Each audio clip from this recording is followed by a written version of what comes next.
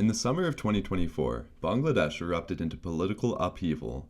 What first started as student-organized protests eventually spread across the country, with the protests ultimately resulting in the Prime Minister, Sheikh Hasina, stepping down and evacuating the country. In this video, I interview my friend Kabir about his experience living in Bangladesh last summer as he watched the country where he grew up become engulfed in political turmoil. This is History from the Ground Up.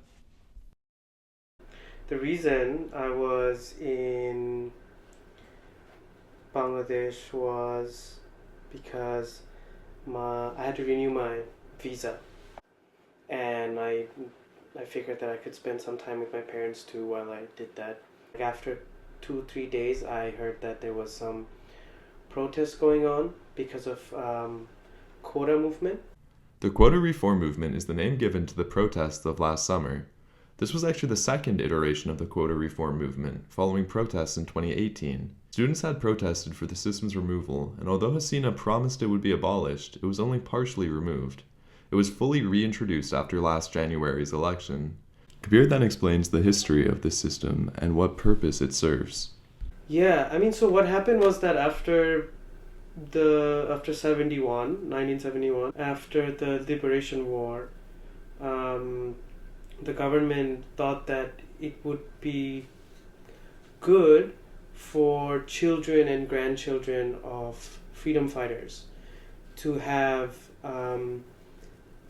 certain portion of government jobs or public jobs available to them.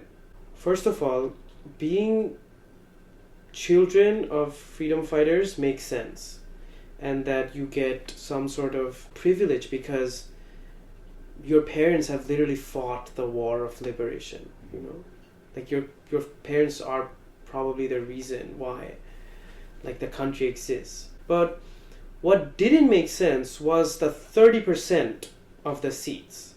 That part didn't make sense. Why 30%? A lot of the times it was very difficult to prove that your parents or your grandparents were freedom fighters.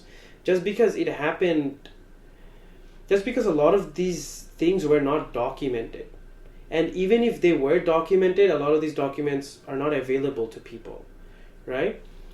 So a lot of the times what would happen is that the government would only provide jobs to people who they were close to or who they knew. You would have to be affiliated to the party in order to have any sort of public job. So from 2018 till now, in terms of quota reform, everything was fine. But what happened was that in January, there was an election. The Prime Minister's name was Sheikh Hasina. Sheikh Hasina served as the Prime Minister of Bangladesh from 1996 to 2001, and again from 2009 until her resignation on August 5th, 2024, a total of 19 years and 7 months.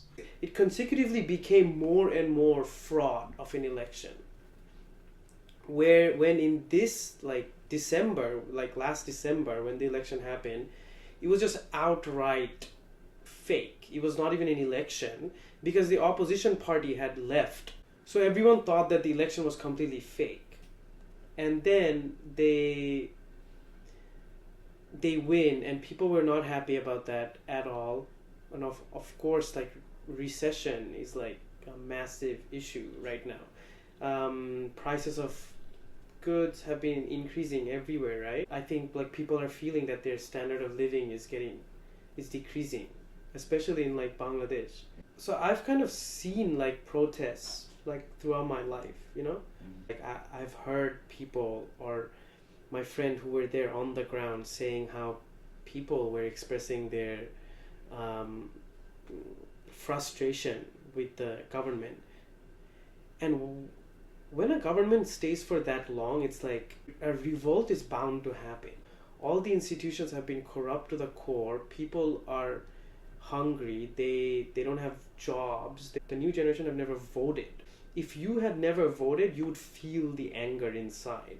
Whatever wrong is around you, there is a clear person to blame for a long time. That is your whole life. So I remember when the protest started, I was with my friends, we were hanging out in our residence, and we were talking about how, like, this was not just about, like, people are not just out there about quota.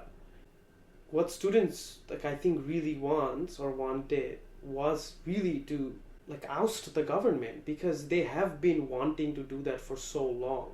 This is a group of students who grew up not voting, who have never seen any other face. Every problem that they see around them has one enemy, like every has one source, which is the state. A quota reform movement started, it was kind of evident that this is gonna go like astray. There was this one student whose name was Abu Said. Unfortunately, like, he was martyred. So this publicized violence, as the police was trying to handle the situation, while handling the situation, they were open firing at the students. So there was a clear threat, the state versus its own people. And at one point on television, the whole country saw this one student named Abu Said with his arms stretched in front of a line of police officers, with his arms stretched, just getting shot at. But when the whole country saw that, they were like, no, this state has gone insane. No one wants this. And then like, a child got shot, and then there was another student named Mugdho who was just giving water to protesters, and he got shot while giving water to protesters. After that, people started truly embracing the fact that, okay, we can actually die, but that's okay. And I had never seen that. I had never seen that with my own eyes, where, like, I've heard about revolutions, I've seen footage of people going to wars, going to conflicts, and I've heard about, like, oh, I'm gonna die for, like, a bigger cause, but I had never witnessed it with my own life. The environment around was like that. It was hostile. It was very hostile. Like, people were very much ready to just go. Like my own friends, they were like, oh yeah, it's like, if I die today, it's okay. Like, it's completely fine. Like, at least I'm fighting. In this case, the whole country was together, and I'm so happy that, like, the students won, and that they're actually, like, trying to make a better country. But also, Bangladesh has been, like,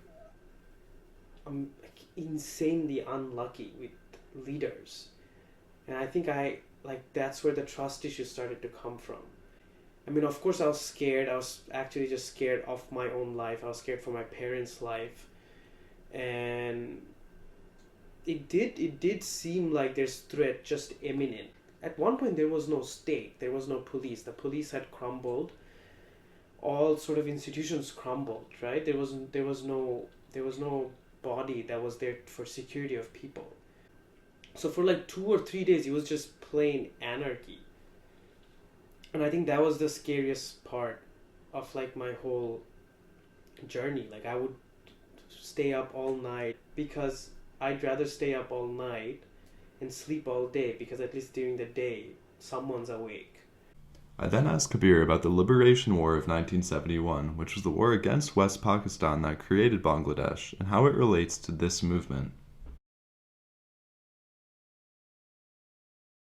The party who was in power was the party who led the Liberation War. So that is, like, the biggest irony. The party who was in power was behind organizing the freedom fighters and organizing to fight against West Pakistan, right, in 1971. And the leader of the party was Sheikh Mujib, who was the father of Hasina. But the only person who you see almost on a daily basis, like, if you just look outside, there's one person's picture you see, and that's Sheikh Mujib. His face is on a billboard, his face is on the flyover, his face is on television, like, news channels have his face as a logo, you know, and we call him Bangabandhu, which means like friend of Bengal. That there was a clear sense of trying to make a person into like a more like an ideology. Like a person becomes more of like a divine idea. Like you couldn't talk against him. If you had said anything against him online, you are sure to be attacked, murdered, disappeared. So he became like he was more like a prophet than like a national leader.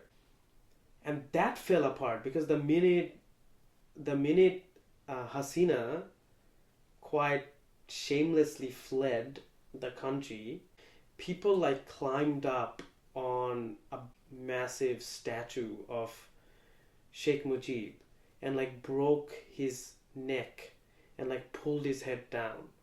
Like it's like very symbolic. Like you have like people breaking his head. But I think and I hope that we have a fair election in the future. I've been seeing that the interim government is trying to reintroduce the history of Bangladesh in textbooks, which is amazing. Like I feel like the history that we have learned is twisted, a massive lie, and one of the biggest sources of propaganda. And I feel that starting there is amazing. Putting truer or more extensive history of Bangladesh